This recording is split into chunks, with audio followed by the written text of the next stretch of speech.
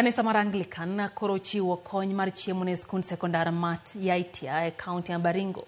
Madhi konyo skuno dhi nyime gi chenro mage nyaka giko mar tam.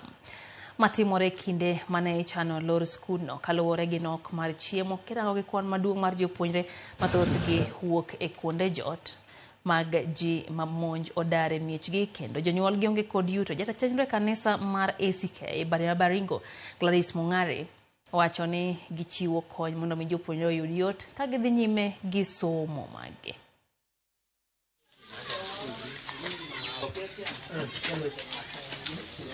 We still need some food. We still need to be supported so that we are able to retain these students in school.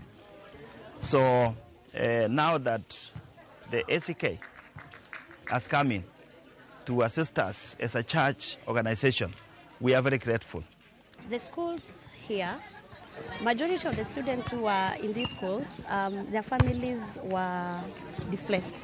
So these are children who are coming to school, first of all, to seek shelter. And also, when they come to school, they know that there's food and also security. So now we found that instead of going now to give the little that we have to households, it would be better to be given to the schools.